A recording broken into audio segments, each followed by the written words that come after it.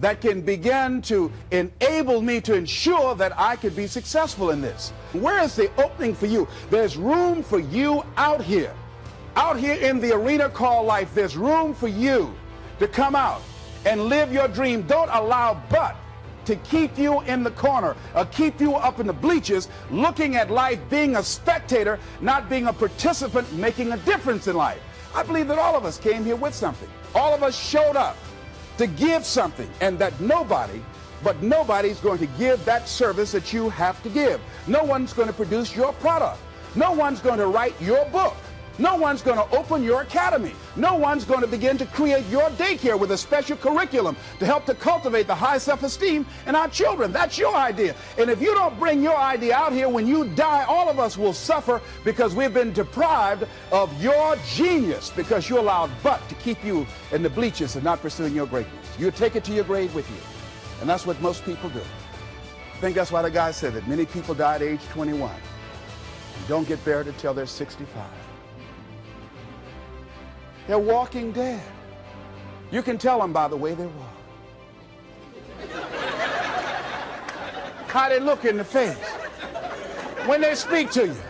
I was giving a speech at this high school, and a lady came after school. She said, "Mr. Brown, I want to talk to you about my son." I said, "What is it?" She said, "He's not motivated." I said, "I wonder why." You got to have energy, ladies and gentlemen. You got to have life. If you're excited about what you're doing, even in the area of selling, you know people don't buy because of logical reasoning. People buy because of your way of feeling. People don't like to be around dead people. No, let the dead bury the dead. No, keep them away from you before they grab you and want to hold on to you or something. So the fact that whatever you do, you want to be excited about it. You want to have the kind of excitement that is so contagious that people want to be around you. Because whatever you're doing, whatever you talk to people about, this particular idea that you have, they're looking at you and they want to know, do you believe it? And are you the kind of person they want to be in business with? And if you're not positive, if you're not energetic, if you're not fired up about it, how can you expect anybody else to be fired up about your idea? Am I right? All right, repeat after me, please. I'm going to be fired up about my dream. I'm going to go at it with everything I got. Shake somebody's hand on your right and left and say, "You got what it takes." There are a lot of people who say, "But I tried once or twice and it didn't work out." And so they use that as an excuse not to ever come out again. Guy said, if at first you don't succeed, you're running about average. So if you have come out here with an idea and it didn't work out 2 or 3 times, well, that's all right. You're running about average. You know, I heard something, a jarring question. It says, why is it that people prefer known hells to unknown heavens? You know why? Because it's comfortable, ladies and gentlemen. I remember I was in a service once, and I heard Dr. Johnny Coleman give this example. She talked about a man who had been captured behind the enemy lines in a war and was sentenced to be killed or another option. The captain said to the guy, "Listen," he said, "tomorrow morning at 6 o'clock you can face the firing squad, or you can go out this door over here." And the guy said, "What's out the door?" He said, "No one knows. All we can tell you is just unknown horrors." He thought, and the next morning he selected the firing squad. After the shots rang out, the captain's secretary said, "What's beyond that door?" And he said, "Freedom." But very few people would select to do it because it's unknown. See, a lot of people never live their dreams. A lot of people never do the things they want to do. A lot of people stay on jobs where they're miserable. I read an article called, "Is Your Job Making You Sick?" A lot of people, some of y'all know about that already here. So go on and say amen, it's all right.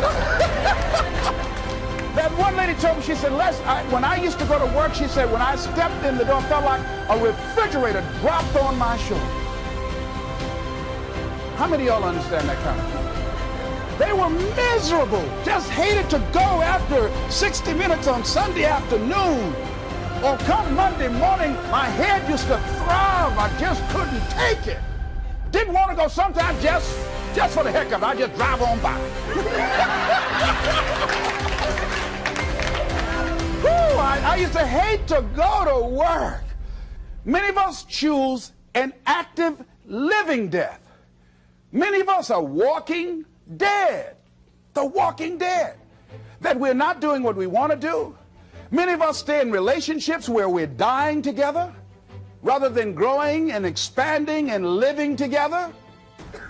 We're miserable, but because we don't have the courage to see ourselves beyond that relationship that has turned toxic, we go through life living dead people.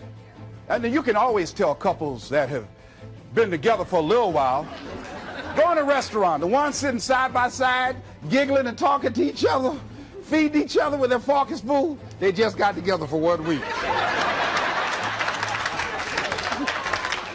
You see them in the car, they're sitting all up each other, hugging and slugging. Oh, they've been together about 3 days, all right?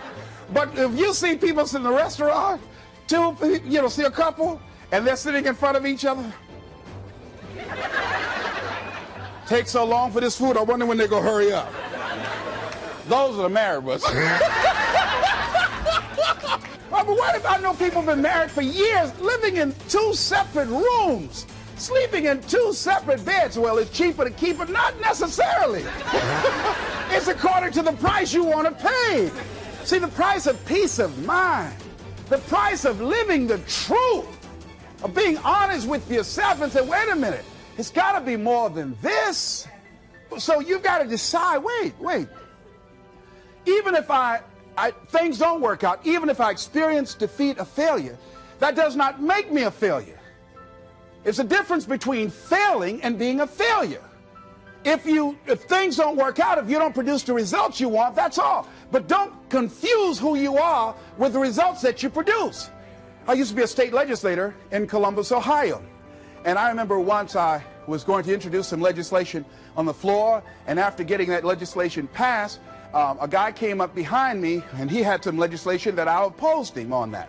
And I was about to stand up to debate this guy, and the guy next to me said, excuse me, don't debate that guy. Why? Do you know who that is? I said, no. That's Will Kosky from Toledo. That's a bad dude. He's a lawyer, Les. That man can debate. I don't care. I'm Les Brown, maybe Brown's boy.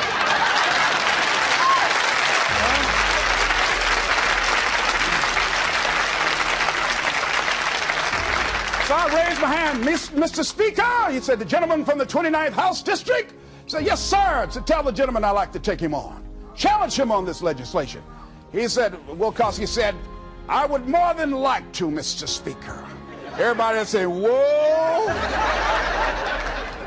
I asked him some questions. He responded. I say, I wonder why I asked that man that question. Wilkowski wore me out. I mean, I was so embarrassed, I just limped back to my room with my yes, I can attitude. However, here's what I learned. When you win, see, if I win a debate, I win because of what I know. When I lose because what I don't know. So I had to check out, what is it that I did not know? I wasn't prepared. I did not do enough research. I did not do my homework. So he handled me like he wanted to. So I came back again. I waited on some other legislation, did my homework, but he was more than able to take me out again.